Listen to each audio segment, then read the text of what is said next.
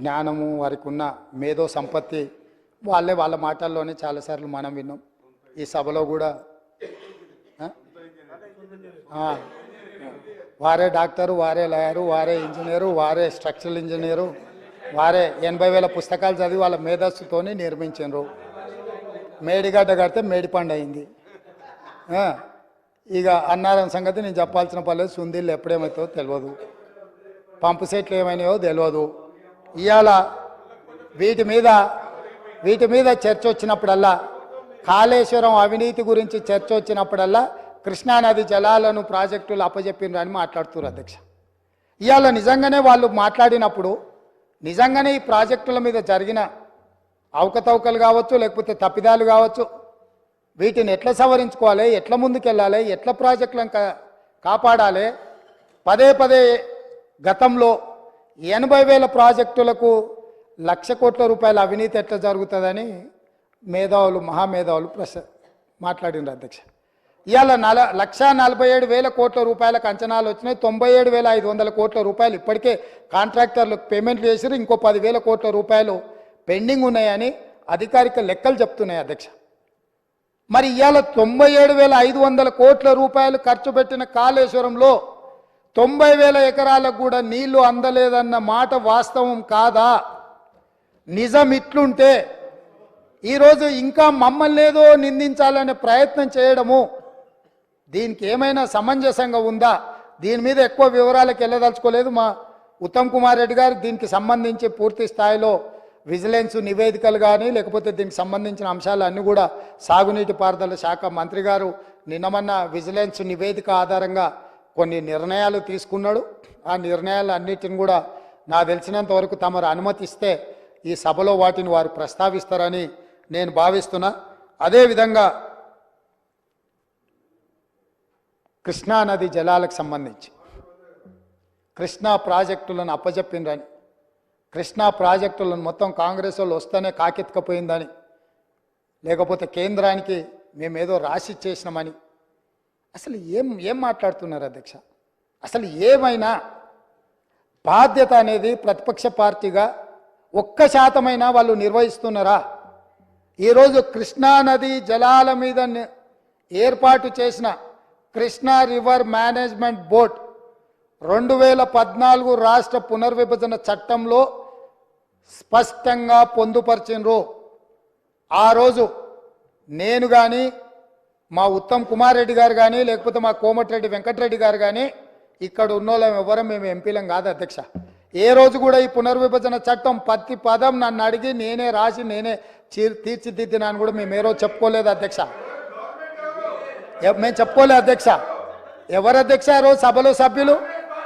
కల్వకుంట్ల చంద్రశేఖరరావు గారు ఎంపీ. ఆ బిల్లు వచ్చినప్పుడు ఇటు లోక్సభలో కానీ అటు రాజ్యసభలో కేశవరావు గారు కానీ ఆ అంశాన్ని ప్రస్తావించి అభ్యంతరం పెట్టాల్సిన సందర్భంలో ఈ బిల్లును మేమే పాస్ చేయించినాం, మేమే తెచ్చినాం. దీన్ని రాసేటప్పుడు అందరు మాతోనే మాట్లాడారు, మొత్తం నా సూచనల మేరకే రాసిందని చెప్పారు అధ్యక్ష.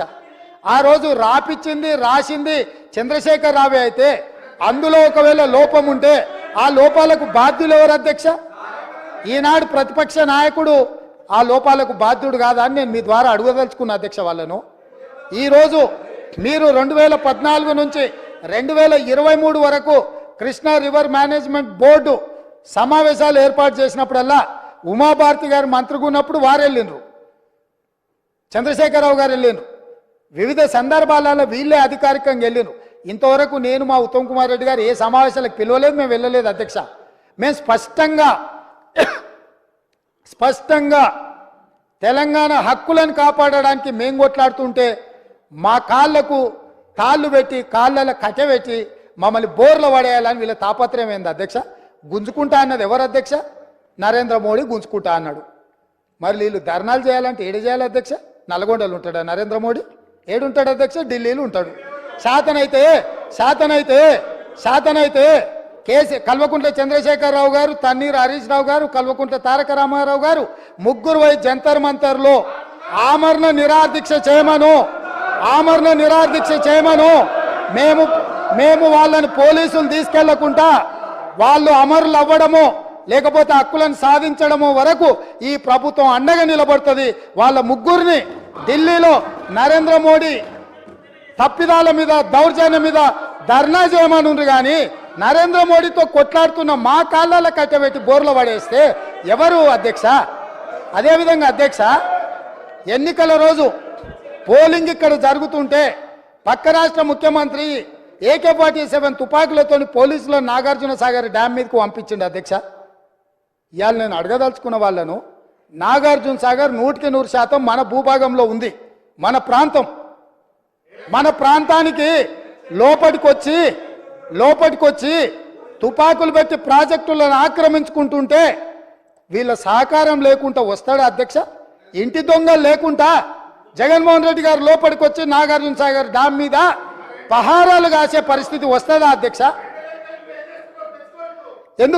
ఎందుకు ఆ రోజు వీళ్ళు మాట్లాడలేదు? వీళ్ళు ఇచ్చిన అలుసే కదా, వాళ్ళు పెట్టిన పులుసు తిని వీళ్ళు అలుసు ఇవ్వడం వల్లనే కదా ఈరోజు ఈ పరిస్థితి వచ్చింది. ఆయల్లో రాయలసీమకు పోయినప్పుడు కల్వకుంట్ల చంద్రశేఖరరావు గారు, ఈనాటి మంత్రి శ్రీమతి రోజా గారు పెట్టిన రాగి సంకటి రొయ్యల పులుసు తిని రాయలసీమను రతలాలసీమను చేస్తా అని చెప్పి మాట ఇచ్చి బేసిన్లు లేవు, బేసిజాలు లేవు, మీరు కొట్టుకపోండి అన్నాడు. వాళ్ళు కొట్టుకపోయారు. ఇప్పుడు మేము వచ్చినాక అట్టెట్లా కొట్టుకపోతాడంట? ఎవరు అధ్యక్ష బాధ్యత ఎవరు వహించాలి?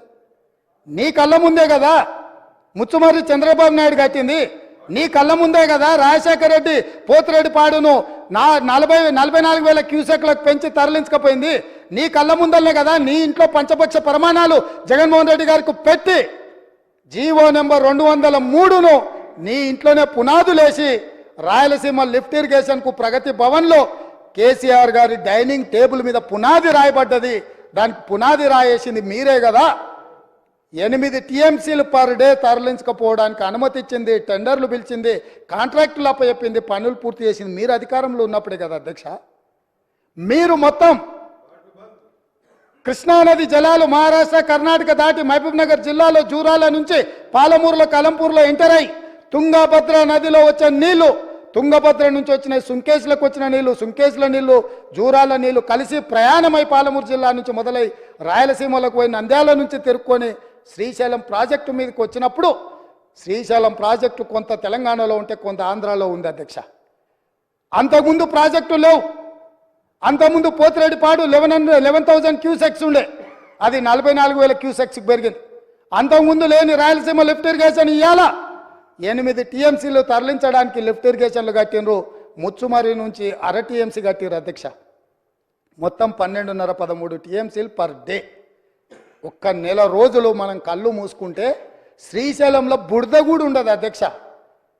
రాయలసీమ లిఫ్టు 797 FRL దగ్గర కట్టిరు అధ్యక్ష. కుండ ఇట్లుంటే కుండకు సైడ్కు పొక్క పెట్టలే అధ్యక్ష, కింద పెట్టిండు. కింద వీళ్ళు పిలిచి పంచపక్ష ప్రమాణాలు వీళ్ళు పెట్టిండ్రు, జగన్మోహన్ రెడ్డి వీళ్ళ కింద బొక్క పెట్టిండు అధ్యక్ష. బొక్క పెట్టి మొత్తం తరలించకపోతుంటే మిన్నకుండా ఉన్న మీళ్ళు ఇవాళ నేను సూటిగా అడుగుతున్న హరీష్ రావుని మిత్రుణ్ణి, రాజకీయాలు పక్కన పెట్టండి, రాజకీయాలు పక్కన పెట్టండి, మీరు బాధ్యత కలిగిన మంత్రిగా చెప్పు. ఇవాళ రాయలసీమ జిల్లాలో ఉన్న మీ అవకాశం వచ్చినప్పుడు స్పీకర్ గారు అనుమతి తీసుకొని మీ అవకాశం వచ్చినప్పుడు తప్పకుండా చెప్పదు. I'm not yielding. నీకు ఇస్తాడు మైకు స్పీకర్ గారు, నేను కాదు ఇవ్వాల్సింది. స్పీకర్ సార్, ఇవాళ మన భూభాగంలో ఉన్న నాగార్జున సాగర్ మీదికి తుపాకులతో జగన్మోహన్ రెడ్డి వచ్చి ఆక్రమించుకుంటే చేతగాని సన్నాసులాక ఇక్కడ ప్రభుత్వం చూస్తుంటే ఇవాళ రాయలసీమలో ఉన్న ప్రాజెక్టుల నుంచి నీళ్లు తరలించకపోతుంటే ఎవరు అడ్డుకోవాలి అధ్యక్ష? ఎవరు అడ్డుకోవాలి?